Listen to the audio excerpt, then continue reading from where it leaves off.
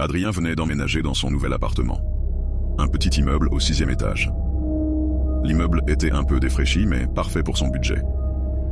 La première semaine s'était déroulée sans encombre, malgré l'ascenseur capricieux et les voisins silencieux au point d'en être inquiétants. Mais au bout de quelques jours, il remarqua un détail étrange. Chaque nuit, à exactement 3h07, quelqu'un toquait à sa porte. 3 coups secs, espacés de quelques secondes. Toujours les mêmes. La première fois, il n'y prêta pas attention, pensant à un voisin ivre qui s'était trompé d'appartement. La deuxième nuit, il jeta un œil par le Judas, mais le couloir était désert. La troisième nuit, il décida d'ouvrir la porte avec hésitation après les coups. Personne.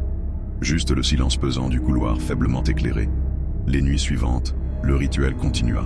3 coups, 3h07 précises. Adrien tenta de l'ignorer, de se convaincre que ce n'était qu'une coïncidence.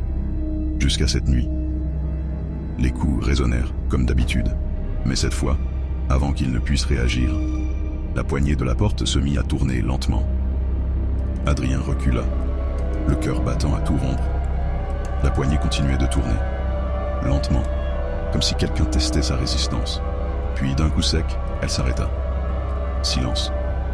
Adrien resta figé, la main tremblante sur son téléphone. Fallait-il appeler la police? Prévenir un voisin? Un frottement résonna contre la porte, comme si quelque chose de tranchant glissait sur le bois. Adrien retint son souffle. Un morceau de papier se glissa sous la porte. Il hésita, puis se baissa lentement pour le ramasser. Une photo, son lit, pris d'en haut. Lui, en train de dormir. Cette fois, si c'en était trop pour Adrien qui décida de partir immédiatement de l'immeuble sans savoir qui était derrière la porte et qui l'a pris en photo pendant qu'il dormait. Abonne-toi pour plus d'histoires d'horreur.